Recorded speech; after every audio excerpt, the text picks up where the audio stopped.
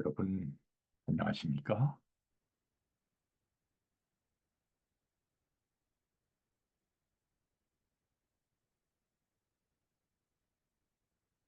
오늘 오랜만에 여러분 앞에 서게 됐습니다. 오늘 강의 제목을 통일로 가는 길이라는 어설픈 제목으로 정하게 되었습니다.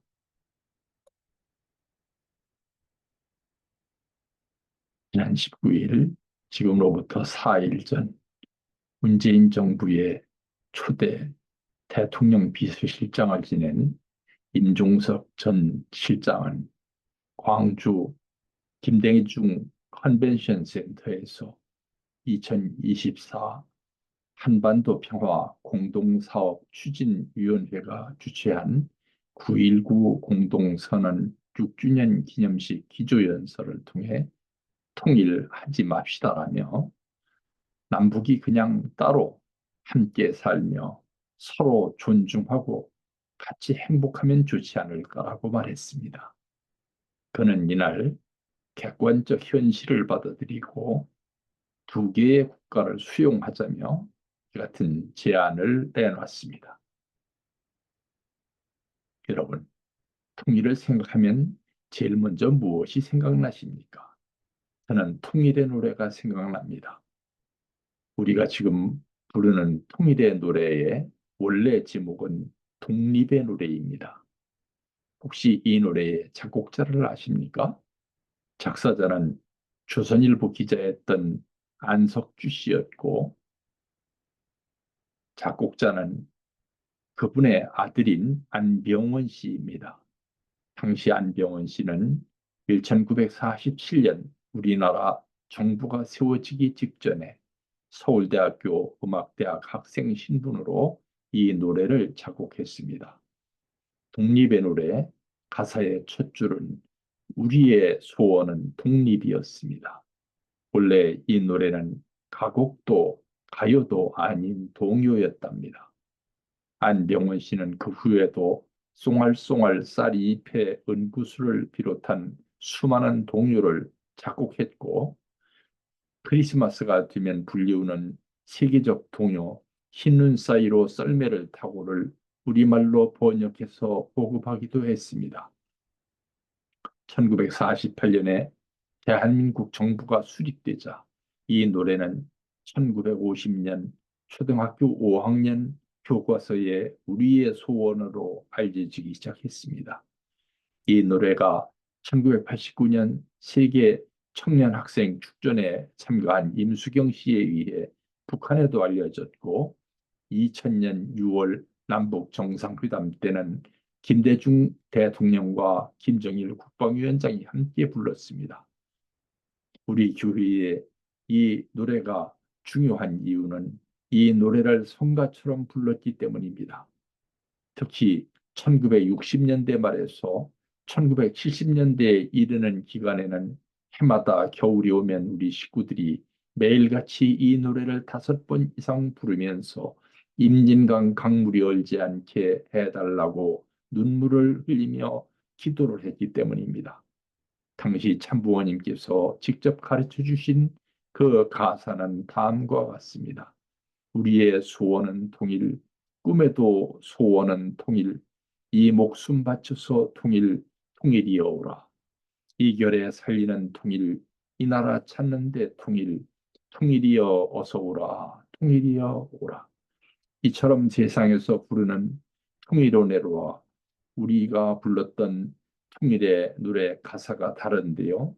사실은 우리 교회에서 불렀던 가사가 진짜로 안석주 씨가 작사한 독립의 노래의 원문을 독립을 통일로 바꾸어 부른 원문이라고 합니다. 그렇다면 이 노래가 이토록 국민의 가슴을 울리는 노래가 된 배경은 무엇일까요? 처음 보급될 당시 우리나라는 세계에서 두 번째로 가난한 나라였습니다.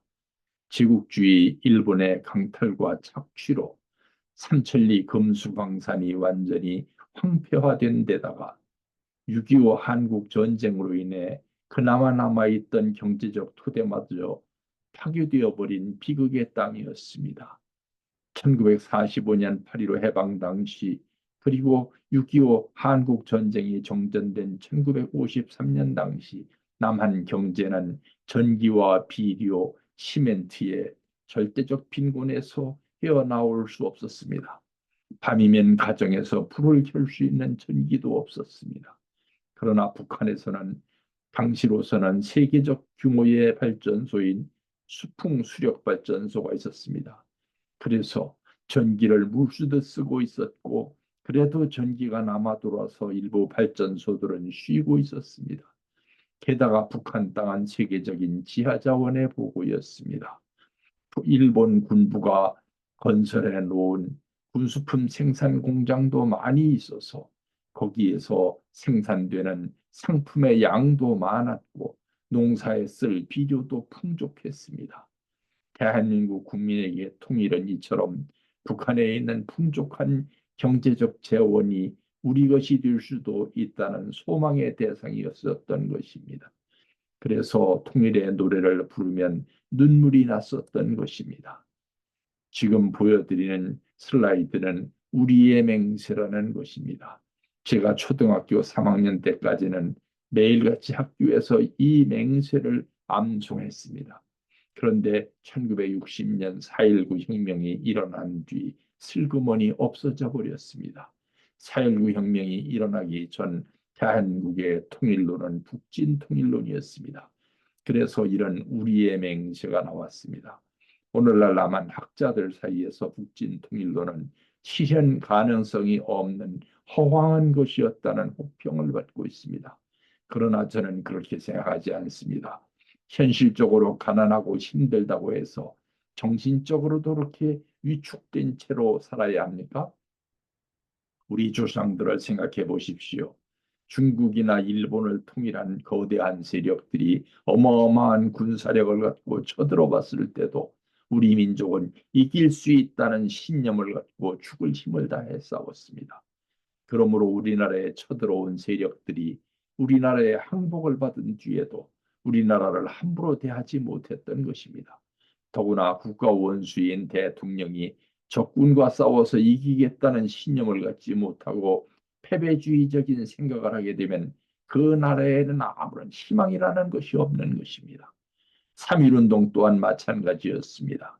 3.1운동 이전 일제 조선 총독부의 정책은 무단 정책이었습니다. 우리 민족을 미개인처럼 취급하고 노예처럼 취급했던 정책이었습니다.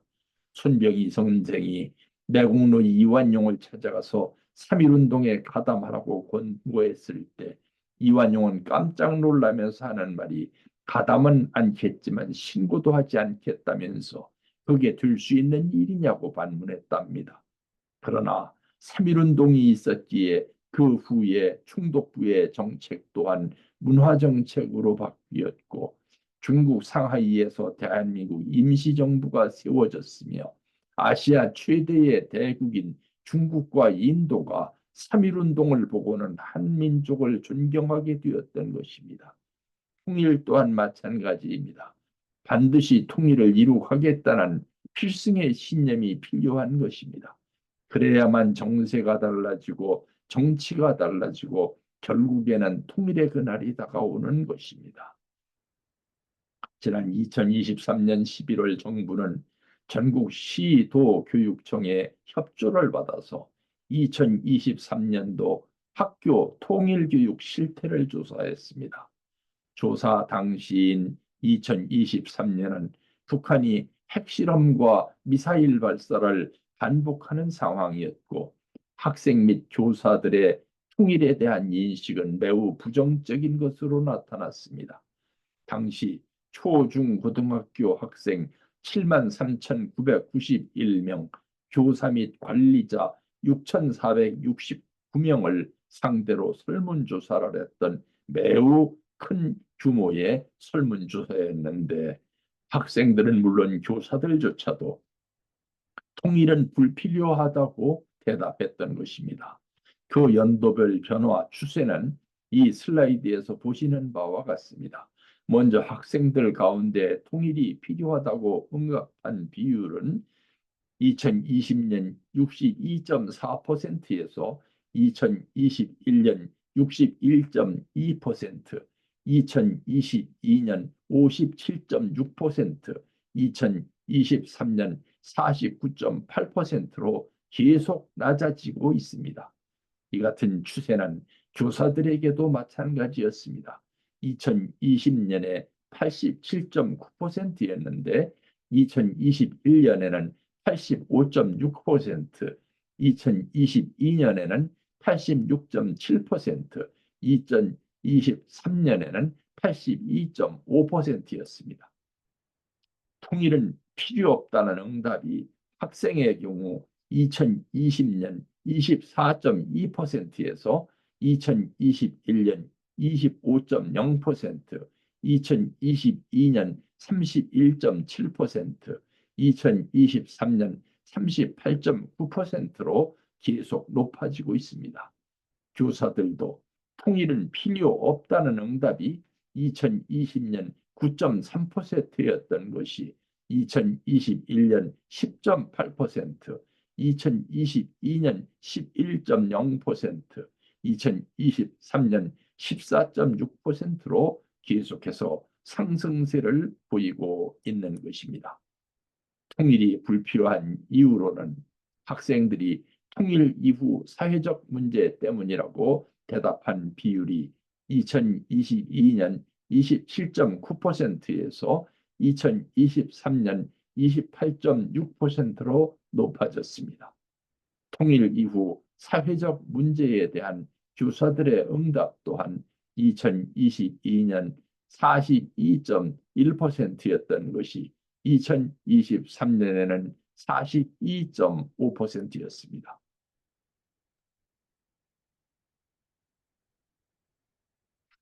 학생들의 응답 가운데 통일 이후 경제적 부담 때문이라는 비율은 2022년 22.7%에서 2023년 27.9%로 높아졌습니다. 이 같은 부정적 응답률은 교사들도 매우 높았습니다. 교사들 가운데 통일 이후 경제적 부담을 우려한 사람들은 2022년 23.8%, 2023년 25.5%로 높아졌습니다. 북한의 도발로 인한 한반도 군사적 충돌과 전쟁 가능성에 대해서는 초, 중, 고등학교 학생들의 24.1%가 많다고 대답한 반면 대학생들은 19.5%, 교사는 15%가 많다고 대답했습니다. 교사들보다 대학생들의 정도가 높은 이유는 아마도 대학생들의 연령층이 전쟁이 일어나면 군인으로 징집되어야 하는 연령층이기 때문에 더 예민했을 것입니다. 북한을 협력 대상이라고 생각하는 인식은 교사와 학생에게 모두 감소한 반면 경계, 적대 대상으로 보는 인식은 교사와 학생에게서 모두 증가했습니다. 그렇다면 이유는 무엇일까요?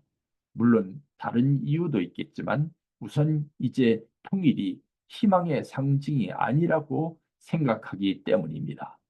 이제 북한이 남한보다 훨씬 못 산다는 것, 북한의 경제 규모가 남한의 60분의 1밖에 안 된다는 것, 그러므로 통일이 되면 남한의 경제적 부담이 늘어난다는 것을 알고 그 희망이 사라진 것입니다. 우리의 소원은 통일을 처음 노래하게 되었을 때는 북한이 남한보다 잘 살 때였습니다. 그리고 뜻밖의 이유도 있었습니다. 그 당시는 북한과 일본이 친했을 때였습니다. 지금은 북한이 세계에서 가장 가난한 나라인데다가 1965년 한일 협정 이후 남한과 일본에는 국고가 설정되어 있습니다. 1970년 이후 김일성은 통일이 되면 남한의 경제적 토대가 모두 북한 것이 된다면서 가난에 시달리는 북한 동포들을 격려했을 정도가 되었습니다. 그때부터는 남한이 더 잘 살게 되었기 때문입니다. 그 뒤로는 해방 직후와는 정반대로 북한이 통일을 열망하는 상태가 시작된 것입니다. 그런데 북한은 2021년 1월 9일 조선노동당 제8차 당대회 회기 중에 개정된 조선노동당 규약에서 통일이라는 단어를 모두 삭제했습니다. 그때부터 북한의 국가 원수인 김정은 위원장은 북한 주민들에게 남조선은 우리와 같은 민족도 아니고 적대적인 국가라고 교육시키고 있다고 합니다. 지금 남한의 좌익 세력은 악착같이 한일 관계 악화를 시도하고 있습니다. 그 결과 이렇게 된 것입니다. 북한은 통일이라는 단어를 조선노동당 규역에서 전부 삭제해버렸고 임종석 전 대통령 비서실장은 통일하지 말자는 이야기를 하게 된 것입니다. 저는 이 자리에서 위와 같이 학생은 물론 교사들 사이에서도 심지어는 전직 대통령 비서실장까지도 통일에 대한 관심이 줄어들고 북한에 대한 적대적 의식이 증가하고 있는 이유가 잘못된 통일교육에 의해서 잘못된 정보가 우리 사회에 유포되고 있기 때문이라고 주장합니다. 그러므로 올바른 대북 정부에 의한 올바른 통일 교육과 올바른 대북 기조가 재정립되어야 합니다. 현실성이 의심되는 대북 정부는 아래와 같은 것들입니다. 첫째는 북한의 지하 자원에 대한 정보입니다. 2009년 한국광업진흥처 보고에 따르면 북한의 광물 자원 매장량이 7천조 원에 달하며 특히 희토류가 많다고 합니다. 그래서인지 역대 대통령 가운데 통일 대박론을 내놓은 대통령도 있었습니다. 그런데 지금 광업진흥처 자료는 제가 알기로는 최소한 80년 전에 일본이 작성했었던 자료입니다. 당시에는 정확했을지라도 지금은 이것이 사실인지 의심스러운 정보입니다. 이 같은 의심의 근거는 북한 측 자료에 나옵니다. 제가 지금으로부터 약 25년 전에 북한의 과학기술에 대한 책을 한 권 써냈는데 그 책이 세계적으로 유명한 책이 되었고 그 뒤로 그 책을 보고 박사 논문을 쓴 박사들이 5명이나 나왔습니다. 그 책에 보면 북한이 자랑했던 과학자 중에 이용암 박사라는 분이 있는데 그는 지압, 즉 위에서 아래로 내려 누르는 흙의 압력에 대한 세계적인 권위자라고 합니다. 그가 특히 북한 정부로부터 공로를 인정받은 논문은 무잔주 채광법입니다. 광산에서 광물을 채광하면서 갱도가 무너지지 않도록 하기 위해서 광물을 기둥처럼 남겨놓고 캐내는 것을 잔주라고 하는데 그 잔주를 최소화시키면서 알뜰하게 광물을 캐내는 방법을 연구해서 정부로부터 표창을 받은 것입니다. 광물의 매장량이 아직도 충분하다면 무엇 때문에 무잔주 채광법을 개발하고 있겠습니까? 단순 논리로 생각하더라도 광산에 값비싼 광물을 산같이 쌓아놓고 이것을 캐내지 못해서 세계 최하위의 가난한 나라로 머물러 있다는 논리는 납득하기 어려운 이론입니다. 그리고 선진국의 희토류가 부족한 이유는 매장량이 없어서이기도 하지만 그것을 산업 자재로 쓸 수 있도록 가공하는데 엄청난 공해가 발생하기 때문에 희귀한 것입니다. 둘째, 북한의 과학기술 부족으로 채광, 다시 말하면 지하 자원을 캐내지 못한다는 이론도 어불성설입니다. 역시 그 책에 나오는 이야기입니다만 대한민국의 어느 유명한 과학자가 다음과 같이 증언했습니다.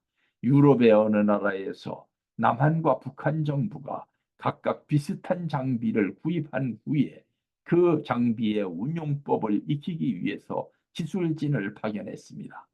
남한 과학자들은 공부도 제대로 안 하고 매일 저녁 술 먹고 휴일마다 놀러 다녔고, 북한 기술자들은 밤을 새워가면서 기술을 익힌 뒤 본국으로 돌아갔답니다. 그 후 남한 기술자들은 툭하면 장비에 문제가 있다면서 국제 전화로 문의를 해오더니 나중에는 또다시 해외 출장을 와서 제대로 배워갔답니다. 그렇지만 북한 기술진은 돌아간 후에 아무 말도 없기에 궁금해서 사연을 알아보았더니 본국으로 돌아가서 그 기계를 완전히 분해 결합해 본 후 비슷한 장비를 모방 생산해서 사용하고 있더라는 것입니다. 셋째, 통일 비용은 순간이며 분단 비용은 항구적이라는 논리와 같은 엉터리 논리는 절대로 틀린 논리입니다. 독일은 통일된 지 30년이 지난 지금도 동서독 간의 경제적 격차를 줄이기 위해서 엄청난 통일 비용을 투입하고 있는 중입니다. 이로 인해 소독 주민들의 불평, 불만이 대단하다고 합니다. 독일 정부 당국자들도 지금 동서독의 통일은 아직도 진행 중이라고 대답하고 있습니다. 넷째, 통일이 되면 국방 안보 문제가 자동적으로 해결되며 국방비 투자가 불필요하게 된다는 논리가 있습니다. 이는 저희가 매우 의심스러운 엉터리 주장입니다. 중국과 러시아는 통일 한국의 국력으로도 감당하기 힘든 초강대국입니다. 지금 누가 뭐래도 북한이 있어서 중국, 러시아와 대한민국 사이에서 완충지대 역할을 해주는 것입니다. 통일이 되면 그 초강대국들과 강 하나를 사이에 두고 국경을 마주해야 합니다. 지금도 대한민국 법무부 산하기관인 출입국 관리소에 가보면 중국인과 러시아인들이 우리나라 법무부 공무원들에게 걸핏하면 쌍욕을 하고 법무부 공무원들은 그 앞에서 쩔쩔매는 모습을 볼 수 있습니다. 상대방이 초강대국 국민이기 때문입니다. 이런 상황을 감안해 볼 때 통일되면 안보 비용이 절감될 것이라는 논리라고 할 수 있겠습니까? 다섯째, 통일의 필요성은 누가 뭐래도 형제요, 일가 친척인 북한 동포를 찾아가는 것입니다. 그 북한의 김정일은 김대중 정부 시절에 평양을 방문한 남한의 언론사 사장들 앞에서 남한의 박정희 전 대통령을 존경한다는 말을 공개적으로 했다고 합니다. 이는 일본 신문들이 먼저 보도했고 남한 신문들도 마지못해 따라서 보도했던 내용입니다. 통일이 되어서 통일 한국이 세계 무대에서 G2가 되는 것이 중요한 것이 아닙니다. 분단 이후 반백년 이상 만나지 못했던 혈육을 만나는 것이 중요한 것입니다. 그러므로 최우선적인 문제는 사전에 상대방인 북한에 대한 정확한 이해와 최소한의 존중, 인격적 자세가 우선되어야 하는 것입니다. 여기서 존중이란 상대방, 즉 북한을 비판하더라도 제대로 알고 비판해야 한다는 뜻입니다. 역사적으로 볼 때 중화학공업과 광업에 대한 기술 축적의 경력은 북한이 남한보다 훨씬 더 오래되었습니다. 민족적 과학기술 인재 또한 정부 출발 당시에는 북한이 남한보다 훨씬 앞서 있었습니다. 미 군정청이 서울에서 국립서울대학교 설립을 추진했을 때 이 나라의 대학생들은 뭣도 모르고 반대와 동맹 휴학을 강행했습니다. 그 틈을 타서 북한 간첩들은 남한의 최고 과학자 및 중등학교 과학교사들까지도 빗자루로 쓸어 담듯이 북한으로 내려갔다는 것입니다. 이를 토대로 북한은 1960년대 말까지는 남한보다 훨씬 잘 살 수 있었던 것입니다. 그럼에도 불구하고 남한은 자유민주주의 체제로 경제를 일으켜서 세계 10위권 경제 대국이 되었고 북한은 그 경제적 토대를 다 까먹고 세계 최빈국이 되었으니 박정희를 존경한다는 김정일의 말은 절대 빈말이 아닐 것입니다. 여섯째, 독일 통일 과정에 대한 엄청나게 잘못된 인식입니다. 상당수의 대한민국 지식인들은 베를린 장벽 붕괴와 동시에 서독이 동독을 강제로 흡수 통일한 것으로 알고 있습니다. 이는 사실과 전혀 다릅니다.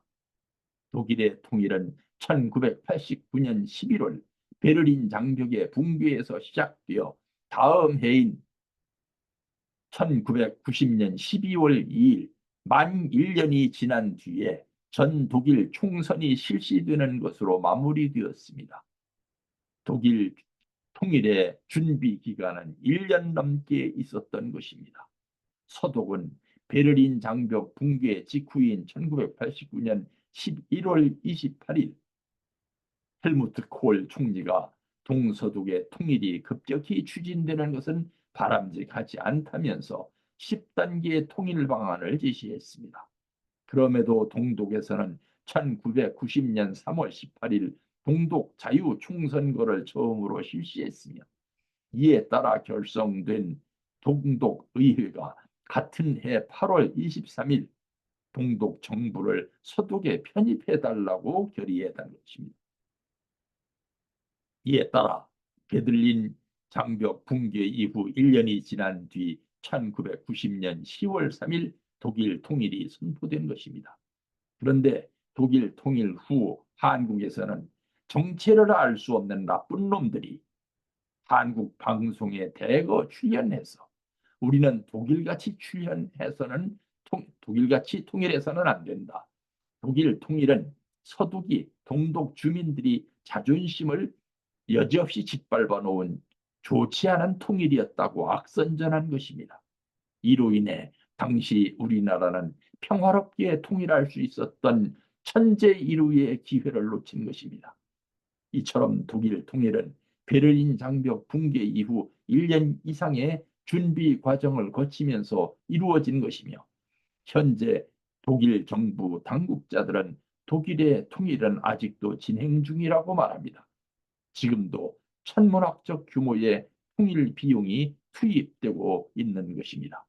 이제부터 남북한의 통일 정책을 간략하게 비교해 보겠습니다. 남북한의 통일 정책을 해방 직후부터 비교하자면 그 정책의 기반이 되었던 존재의 현실, 즉 정치 및 경제적 기반부터 분석해야 합니다. 앞에서도 말씀드렸지만 분단 당시 북한은 남한에 비해 우월한 경제적 기반에서 출발했습니다. 특히 일제가 남겨놓고 떠난 중화학공업시설과 발전시설은 남한의 입장에서 보면 깜짝 놀랄 만한 규모였습니다. 분단되기 이전 시대 세계 광물학계는 한반도를 세계 광물의 표본실이라고 불렀고 저가 초등학교와 중학교 시절 지리 시간에도 그렇게 배웠습니다.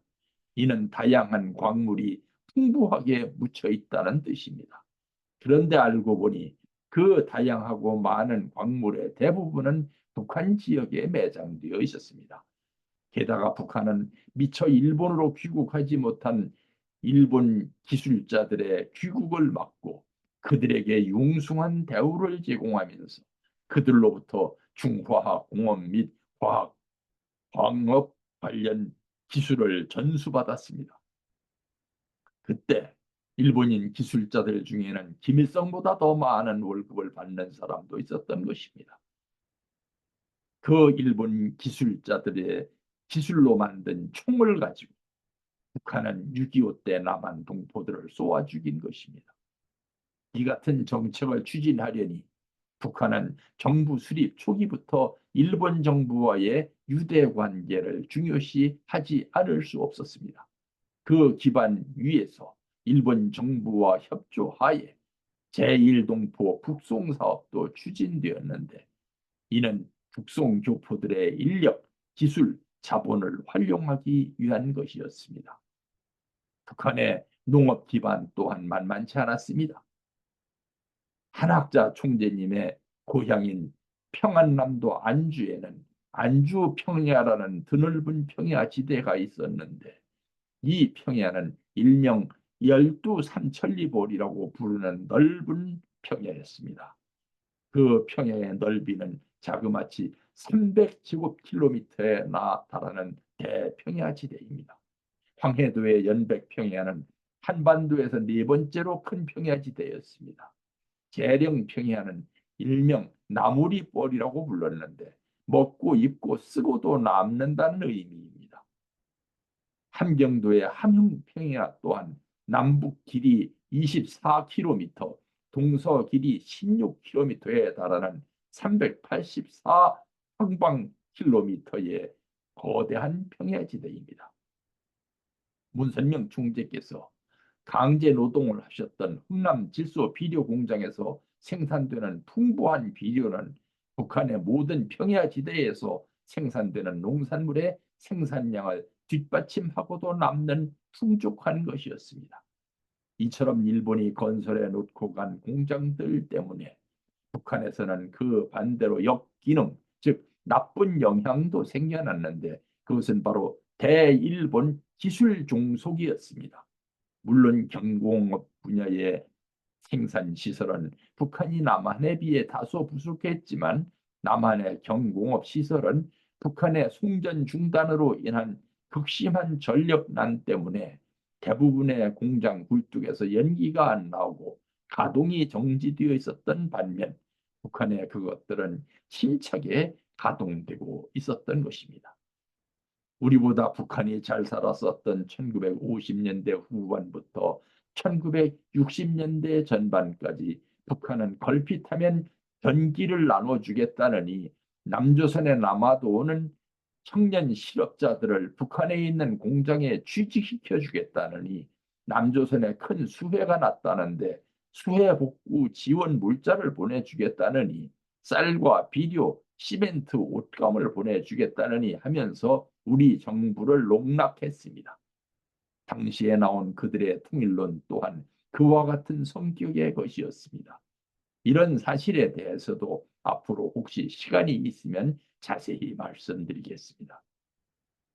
1984년 8월에서 9월까지 남한에서 큰 수해가 발생했고 사망자 189명, 실종자 150명, 부상자 103명, 재산 피해 약 2,502억 원, 이재민 23만 명 등 막대한 피해가 발생했을 때에도 북한은 앞서와 똑같은 대남 선전 공세의 일환으로 북한 적십자회 방송을 통해서 남한에 쌀 5만 석, 약 7,800톤, 옷감 50만 미터, 시멘트 10만 톤, 의약품 등을 지원하겠다고 공식적으로 제의했습니다. 그 제의를 남한 정부가 받아들일 것이라고는 생각도 못한 선전공세였던 것입니다. 남한이 덥석 그 원조 제의를 받아들이겠다고 대답하고 이를 언론을 통해 밝히자 북한 당국은 그 허풍의 대가를 톡톡히 치러야 했습니다. 비축해 두었던 전쟁 물자까지 동원하고 심지어는 중국의 원조를 받아서 겨우 물량을 충당했다고 합니다. 게다가 물자를 싣고 오던 배가 바다에 가라앉는 바람에 큰 낭패를 겪기도 했습니다. 이때 남한 정부는 그에 대한 답례품으로 북한이 보내준 구호품 금액의 100배에 달하는 가치의 전자제품, 손목시계, 양복지 등을 가득 채워놓은 선물 가방을 북한에 전달하기도 했습니다. 그러므로 오늘은 우리가 살펴보지 않았던 북한 권력과 정책의 핵심인 조선노동당의 규약, 즉 노동당 헌법에 나오는 북한의 통일 전략을 잠시 살펴보겠습니다.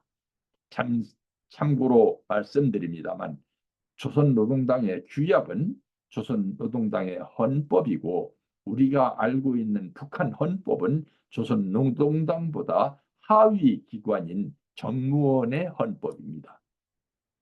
북한의 통일 정책은 다음과 같습니다. 그동안 여러 차례 국내의 여러 학자들이 북한의 통일 정책을 설명했던 내용들, 이를테면 고려연방제 통일론, 낮은 단계 연방제, 연방연합제 등을 여기에서 되풀이해 설명하지는 않겠습니다. 그런 것들은 북한 정책의 핵심이 아닌 북한의 속임수이기 때문입니다. 이런 것들을 일일이 설명할 경우 남한 주민들은 뭐가 뭔지 어리둥절해지고 골치가 아파져서 더 이상 들으려고 하지도 않게 됩니다. 바로 이런 효과를 노리고 그들은 자꾸 이상한 말을 꺼내놓는 것입니다. 이 같은 대남 전략을 좀 더 상세하게 설명하겠습니다. 조선노동당의 최고 의결 기관인 당대회가 끝날 때면 그들은 당규약을 발표합니다. 그 규약에는 반드시 통일정책, 즉 대남 전략이 명시됩니다. 해방 직후인 1945년 10월 14일 북한 평양에서는 김일성 장군 환영대회라는 것이 크게 열렸습니다. 당시 김일성은 소련군이 써준 원고 연설문을 읽으면서 민주기지론이라는 것을 발표했습니다. 그런데 이 같은 민주기지론의 정확한 의미를 당시에는 전문가들도 잘 몰랐다고 합니다. 이렇게 시작된 1946년에서 1966년까지의 북한의 대남 전략은 이른바 민주기지론이었습니다. 이는 북한을 한반도 전체의 공산화를 위한 작전기지, 즉 캠프로 삼고 남북 통일, 그들의 용어로 남조선 혁명을 공격적 자세로 추진한다는 것이었습니다. 이때 그들의 통일 전략은 민중적 지지 기반 확보에 주력하는 이른바 아래로부터의 혁명 전략이었습니다. 그러므로 1946년 제1차 당대회에서 나온 규약에는 민주기지론의 기초를 확립하기 위한 정책, 즉 북한을 부강한 공산주의 국가, 독립국가로 만들고 근로대중의 정치, 경제 및 문화 수준을 향상시키는 정책을 추진한다고 국가 전략을 이미 발표했던 것입니다. 당시 소련 군정 당국은 힘을 갖고 있으면서도 매우 신중했습니다. 김일성에 대한 북한에서의 지지 기반이 너무 취약했기 때문입니다. 최근에 와서 일본 동경대학의 와다 하루키 교수가 소련이 붕괴된 후 러시아에 들어가서 직접 옛 소련군 88여단 김일성 대대의 명단을 들추어 보니까 해방 직전에 김일성의 부하는 사병까지 합쳐서 50명 내외였습니다. 이에 비해 박헌영의 수하인 국내파와 김두봉의 수하인 연안파 세력은 숫자로만 보더라도 상상 이상으로 막강했습니다. 특히 김두봉은 해방 직후 소련인 당시 중국에서 팔로군에서 활동을 했었던 조선인 무장병력 3개 대대를 이끌고 북한 진입을 시도했을 정도로 물리적인 힘이 막강했습니다. 소련군은 깜짝 놀라서 이들 연안파 군대를 압록강 국경선에서 밤중에 기습했고 그들을 무장 해제시킨 후 개인 자격으로 입국하게 했습니다. 이는 남한에서 미군이 상해 임시정부를 개인 자격으로 입국시킨 것과 흡사합니다. 게다가 소련은 제소 한인 교포 2세들 이른바 카레이스키들 가운데서 지식인들을 데려다가 소련파를 조직해주고 이들을 허가이에게 통솔하게 했습니다. 그러나 이들은 공산주의와 공산당에 대한 이론 지식 수준은 높았던 반면 자기들끼리의 결속력에서는 너무 떨어졌습니다. 그로부터 2년 후인 1948년 제2차 당대회 규약에서도 북조선에서 이미 얻은 민주개혁의 성과를 더욱 튼튼히 한다고 되어 있습니다. 민주기지론을 위한 준비를 한다는 것입니다. 1956년 김일성은 한국 전쟁과 그 후 정책을 통해 연안파, 국내파, 소련파를 다 물리친 후 정식적으로 대남 전략을 민주기지론으로 선포했습니다. 1961년 4차 당대회에서는 이 같은 민주기지론의 정체를 민족해방 민주주의 혁명론이라고 밝혔습니다. 그리고 이에 따라 1968년 1월 28일, 1월 21일 무장공비 그리고 울진 삼척 무장공비 사태와 같은 무력 도발을 감행했었던 것입니다. 이들은 산간 벽지에 빈민들을 포섭하기 위한 하층부 통일전선을 구축하기 위해 난파되었던 것입니다. 그러나 산간 벽지 주민들은 목숨을 걸고 간첩을 신고했습니다. 이에 따라 남한에서 북한의 하층부 침투가 어렵다는 것이 확인되었지만 오히려 지식층을 대상으로 한 침투는 훨씬 쉬웠습니다. 이것이 1967년 7월 정부 당국에 적발된 동베를린 사건이었습니다. 이에 따라 지식층으로의 침투를 결정한 전략이 1970년 제5차 당대회에서 선포한 민족해방인민민주주의 혁명론, 즉 상층부 통일전선 전술, 이른바 위로부터의 혁명전술이었습니다. 때마침 남한에서는 1965년에 한일협정을 체결했고 북한은 이를 친일 정책으로 반발하는 지식인들을 자기 편으로 긁어 모을 수 있었습니다. 이 같은 민족해방 인민민주주의 혁명론이 2010년까지 이어졌던 것입니다. 이것이 오히려 더 잘 먹혀서 오늘날처럼 남한 사회에 좌익 세력이 확대된 것입니다. 그런데 또 문제가 생겼습니다. 오늘날 남한은 북한보다 60배나 더 잘 살게 되고 지난 2023년부터는 개인 소득 면에서 볼 때 한국이 일본을 앞지르게 되었습니다.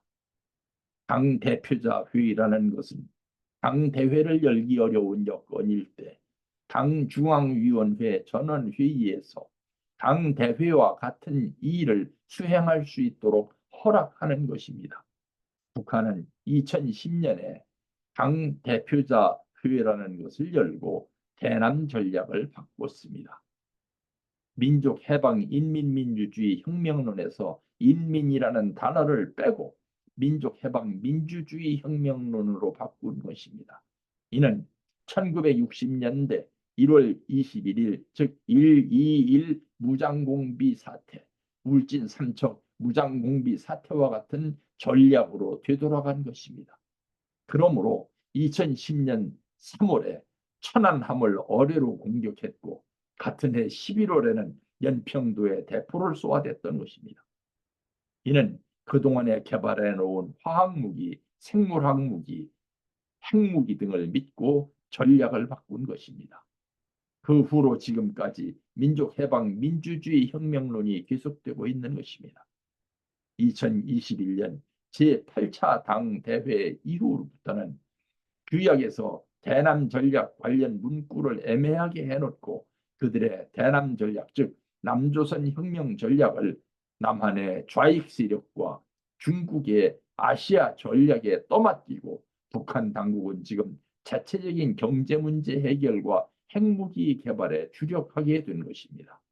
지금 중국은 남한 각계 침투를 위해서 엄청난 예산을 투입하고 있습니다. 한 가지 첨가한다면 북한의 조선노동당은 제3차 당대회 이후 지금까지 당 규약에서 마르크스 레닌주의를 삭제한 사실이 단 한 번도 없습니다. 그런데 당 규약과 별도로 정부 헌법에서는 마르크스 레닌주의를 삭제했습니다. 그 이유는 북한식 정경분리 정책을 추진하기 위해서입니다. 정경분리 정책에 대해서는 다음에 시간이 있으면 상세하게 설명하겠습니다. 앞에서 설명한 내용을 간단히 정리하면 이 슬라이드와 같습니다. 북한의 통일 전략은 쉽게 말하면 이 그림과 같은 것입니다. 미리 말씀드립니다만 북한을 비롯한 공산주의 국가들은 실현 가능성보다는 인민들을 현혹시키기 위한 선전을 더 중요시합니다. 실제로 공산당에서 제일 중요한 부서는 조직지도부, 그 다음으로 중요한 부서는 선전선동부입니다. 북한의 통일 전략은 수식어는 여러 차례 바뀌었지만 그 일관된 내용은 간단합니다. 당과 정부가 하나가 되어서 인민들 속에서 반체제 세력이 일어날 가능성을 철저하게 봉쇄하는 가운데 남한에 있는 친북 용공 세력과 교류하면서 그 세력을 계속해서 확대시킴으로써 남한 체제를 전복시키려는 것입니다. 그 확대 방법으로는 같은 이야기와 주장을 끊임없이 되풀이하면서 이 선전 내용을 언론을 통해 계속 알리는 것입니다. 그러다 보면 우익 세력의 반발을 사게 되고 우익과 논쟁을 계속하게 되다 보면 중도 세력은 뭐가 뭔지 모르겠다고 말하게 됩니다. 그들이 노리는 것은 바로 이 상태, 즉 중도 세력을 뭐가 뭔지 모르겠다는 상태로 만들어 놓는 것입니다. 이 상태를 가리켜 그들은 고립화 상태라고 합니다. 1990년대 중반에 한림대학교 김재한 교수가 쓴 책 한국 정치 외교의 이념과 논제라는 책에 보면 한국 사회의 정치 여론 조사 결과가 나와 있습니다. 이 조사 결과에 보면 자신이 아주 진보적이라고 대답한 사람이 3.7%, 진보적이라고 말한 사람은 29%, 중도적이라고 말한 사람은 41.9%, 보수적이라고 응답한 비율은 22.7%, 아주 보수적이라고 응답한 비율은 2.9%였습니다. 아주 진보와 진보를 합치면 32.7%가 되는데 이들이 북한이 보는 혁명의 주력군, 즉 핵심 포용 대상이라고 볼 수 있습니다. 공자는 논어에서 아는 것을 안다고 하고 모르는 것을 모른다고 하여라. 그것이 아는 것이다라고 말했습니다. 이는 지금 한국 사회에는 알면서도 모른 척하고 모르면서도 아는 체 하는 사람이 너무 많아졌습니다. 이것이 문제입니다. 아는 자는 아는 자로서의 책임을 져야 하는데 마치 빌라도 법정에서 베드로가 그랬듯이 아는 것을 모른다고 하는 것입니다. 이런 비겁한 지식인들로 인한 혼란이 거듭되는 가운데 남한의 공산주의자들은 지금 인터넷에서 공산주의를 비판하는 내용은 무엇이든지 다 삭제해버리고 있습니다. 북한 국어사전에 나오는 단어 해석 내용을 문화어라면서 인터넷에 올려놓고 있습니다. 북한 말이 문화어라면 남한 말이 미개어란 말입니까? 이 슬라이드는 2018년 12월 10일자 노동신문 일면입니다. 이 날짜 노동신문은 사설을 일면에 게재하는 이례적인 보도 행위를 보여주면서 그 서두에서 이렇게 시작했습니다. 조선노동당은 인민을 하늘처럼 내세우는 위대한 당이며 사회주의 조선은 인민대중제일주의를 구현한 진정한 인민의 나라이다. 우리 당과 국가에 있어서 인민보다 더 중요한 존재는 없으며 인민의 이익보다도 신성한 것은 없다. 이에 따라 당대회장 정면 구호를 2016년 제7차 당대회에서는 백전백승 1심 단결이라고 했었는데 2021년 제8차 당대회에서는 이민위천 1심 단결로 바꿨습니다. 이민위천이란 백성을 하늘처럼 위하겠다는 것입니다. 그런데 이 사설의 결론은 엉뚱한 곳에 화살을 겨누고 있습니다. 그 내용은 다음과 같습니다. 우리 당은 이미 세도와 관료주의를 우리의 일심 단결을 파괴하고 좀먹는 위험한 독소로 적들을 도와주는 리적 행위로 보고 그와의 전쟁을 선포했다.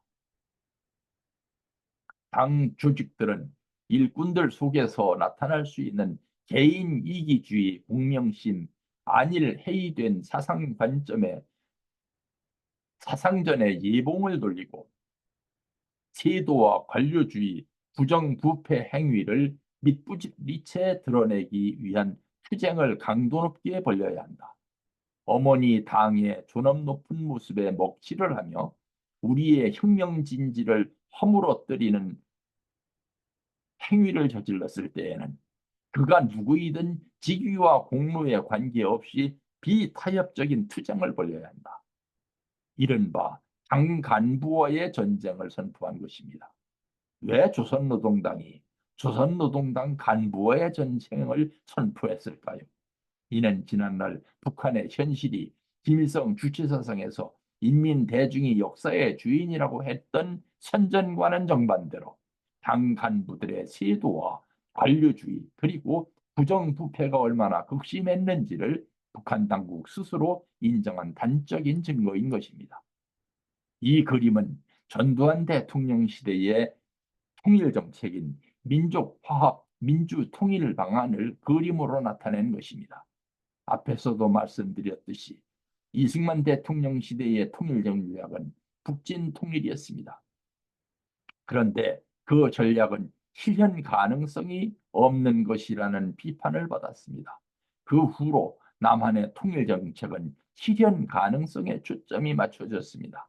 남한의 극우 세력과 극좌 세력을 배제시킨 가운데 중도 세력을 중심으로 삼고 북한의 민족 세력과 교류를 통해 통일 정책을 추진해 나간다는 내용이었습니다.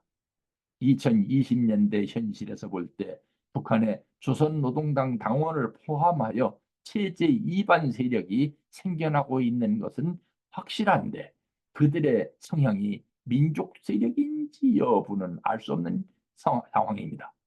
예를 들면 지난 2015년 7월 동해안에서 어민 5명이 타고 있는 북한 어선 한 척이 표류하다가 남한으로 떠내려왔습니다.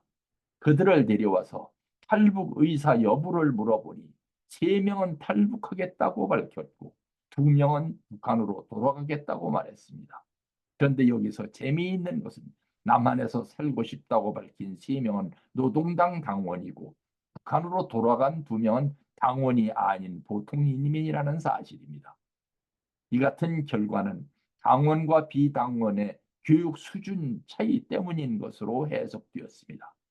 당원은 지식층이므로 남한을 알고 동경해 왔는데 비당원은 뭐가 뭔지 모르니까 북한으로 돌아갔다는 것입니다. 김대중 노무현 정부 시절 남한 정치의 최고 심장부인 청와대에는 시민단체 출신, 전 같으면 신원조회에 걸려서 정부 직장에 취업조차 할 수 없는 적색 분자들이 엄청나게 많이 들어갔습니다. 이 표는 현재 일본 삿포로 학원대학교 교수인 시미즈 도시유키가 연세대학교에서 객원연구원으로 있으면서 쓴 책 한국 정치와 시민사회라는 책에 나오는 것입니다. 이 그래프 또한 시미즈 도시유키의 자료인데 녹색 기둥은 본래 시민단체 소속 좌익운동가였는데 나중에 고급 공무원으로 특채된 사람들의 숫자입니다. 반대로 빨간 선은 본래 공무원이었는데 김대중 노무현 정부의 요직에 기용된 사람들의 숫자를 보여주고 있습니다. 1972년 이후 수많은 남북회담이 진행되었습니다. 이 슬라이드는 그 진행 상황을 보여주고 있습니다. 통일 정책은 상대방을 제대로 알고 세워야 합니다.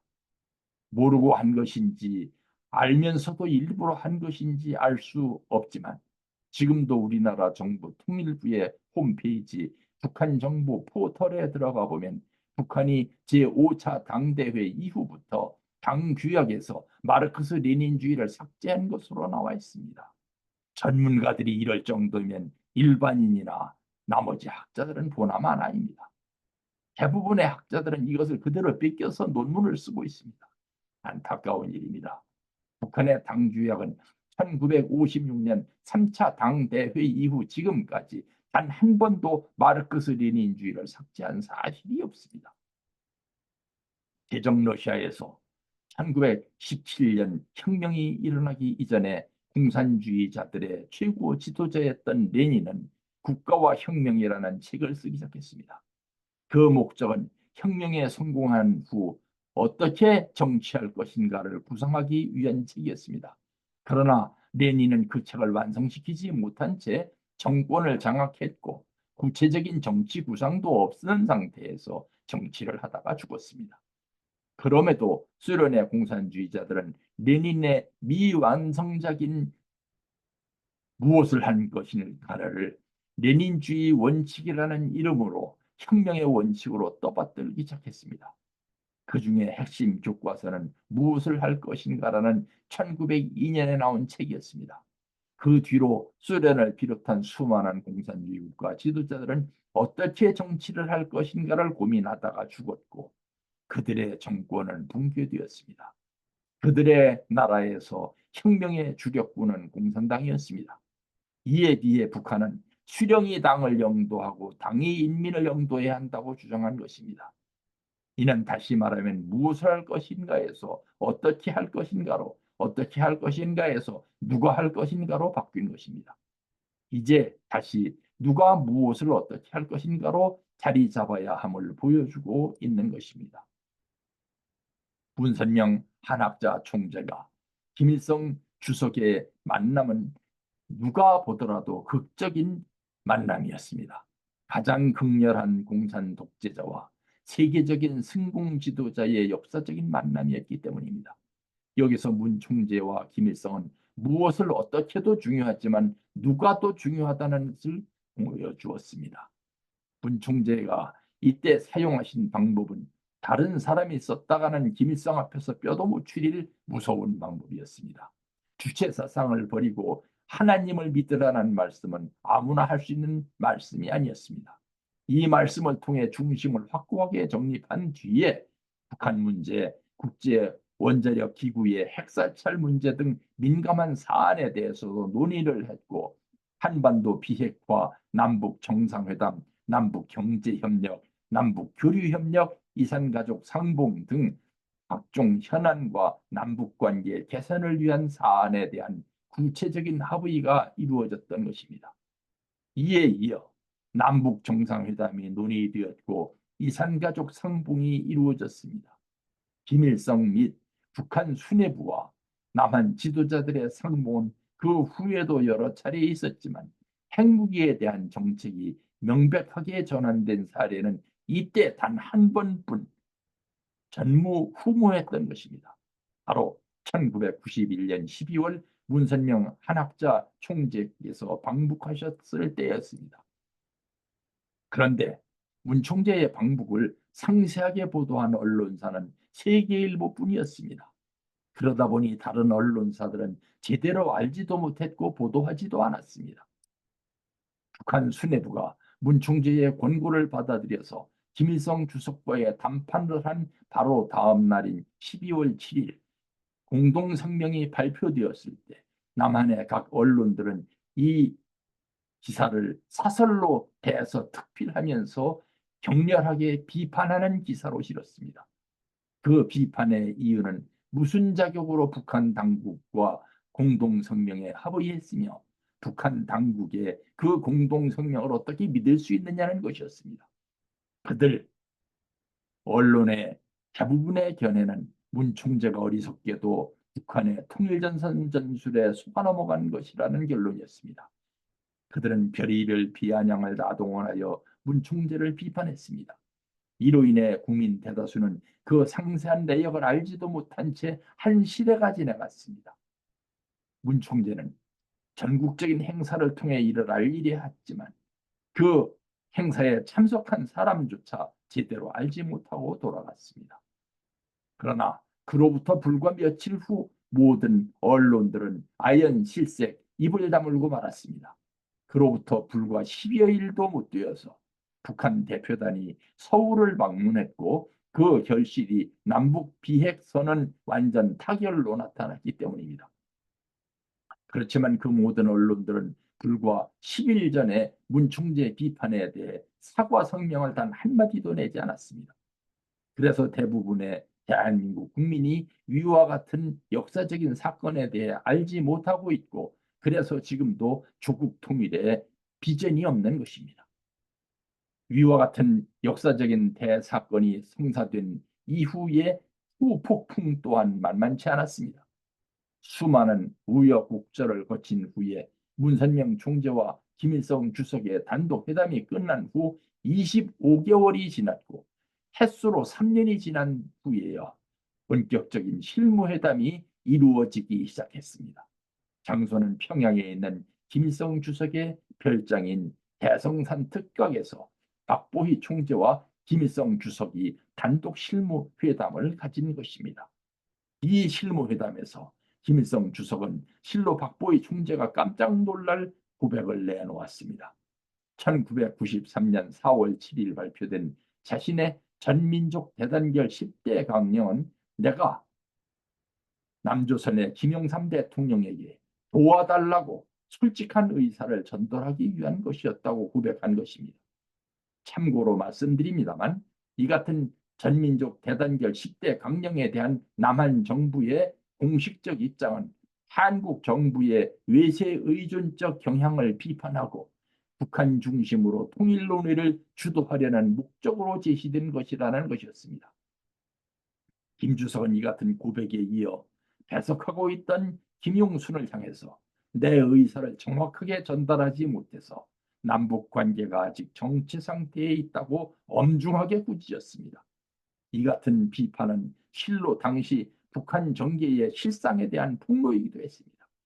이때는 이미 북한에서 김일성의 지시가 실행에 옮겨지지 않는 대부분의 정치 권력이 김정일에 의해 장악된 때였었던 것입니다. 실제로 당시의 전민족 대단결 10대 강령을 보면 호상 존중과 양보의 정신으로 모든 문제를 민족적 견지에서 해결하여 지난날 민족 앞에 죄를 지은 사람이라 할지라도 아량에 있게 포섭하여 전 민족의 폭넓은 단합을 실현하자는 내용과 함께 개인과 단체가 소유한 물질적 정신적 재산을 보호해야 하며 그것을 전민족 대단결을 도모하는 데 이롭게 이용하는 것을 장려해야 한다는 내용이 들어있습니다. 이는 김일성 자신이 지난날 민족 앞에 죄를 지는 사람이라고 고백한 뒤 개인과 단체가 소유한 물질적 정신적 재산을 보호해 줄 터이니 남한에 돈 많은 사람들이 북한에 투자를 해서 북한 경제를 좀 도와달라는 내용이었다고 고백한 것입니다. 이 같은 김일성의 의사가 박 총재 일행에 의해서 남한 정부 당국자들에게 전달되었는지 여부는 알 길이 없습니다. 박 총재와 김영삼 대통령 모두 고인이 되었기 때문입니다. 그러나 박보희 총재가 북한을 다녀온 지 불과 1개월이 채 못 되는 1994년 2월 25일 김영삼 대통령은 갑자기 자신의 취임 1주년 기자회견에서 남북 정상회담을 하겠다고 발표했습니다. 이에 따라 북한에서는 적극적으로 응답이 왔고 남북 정상회담 예비 접촉이 활발하게 진행 중이던 1994년 7월 8일 김주석은 갑자기 사망했습니다. 그 후 문 총재께서는 2012년 성화식이 불과 3년 전 이와 같은 말씀을 남기셨습니다. 뿌리가 뽑혀가지고 공중에 붕 떠있던 소련과 중국이 다시 공산주의로 돌아가려고 한다는 것입니다. 뿐만이 아닙니다. 다른 어떤 나라나 국제 정세를 할 것도 없이 바로 우리나라에서 그 어느 때보다도 더 극렬한 모습으로 공산주의가 다시 살아나려고 하고 있는 것입니다. 2012년 문 총재는 하늘나라로 가셨지만 한학자 총재에 의해 그 사명 완수를 위한 섭리 노정은 계속 이어지고 있습니다. 2019년 10월 26일부터 시작된 한학자 총재의 세계 순회 노정은 12월 28일까지 만 2개월에 걸친 평화를 위한 강행군이었습니다. 동유럽의 알바니아에서부터 시작해서 아시아의 캄보디아와 타이완을 거쳐 아프리카의 니제르, 탄자니아, 남아공을 순회했으며 남태평양의 팔라우를 경유하고 중남미의 도미니카를 방문했으며 미국으로 들어가 신통일 세계를 위한 세계 기독교 성직자 희망전진 대회를 하면서 끝났습니다.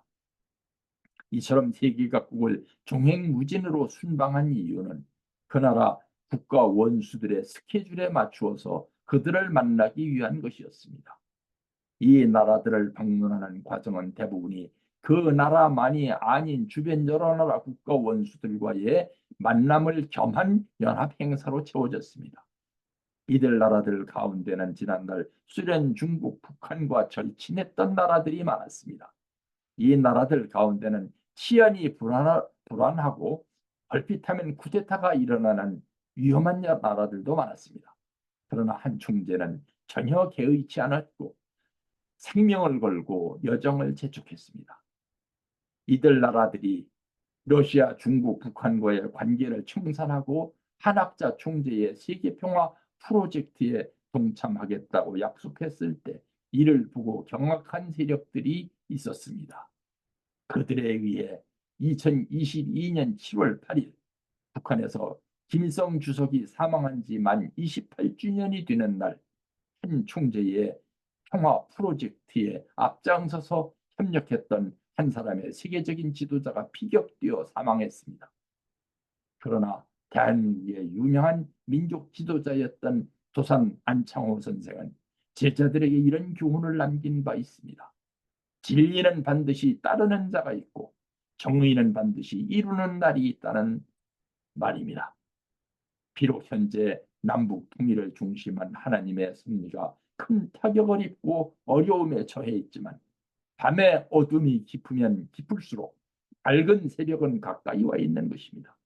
한반도는 반드시 평화롭게 자유민주주의를 더 한층 발전시킨 공생공영 공의주의적 형태로 통일될 것입니다. 그 새벽을 준비하는 사람들을 우리는 선각자라고 부릅니다. 이 자리에 참석하신 여러분 모두가 그 선각자가 되시기를 바랍니다. 감사합니다.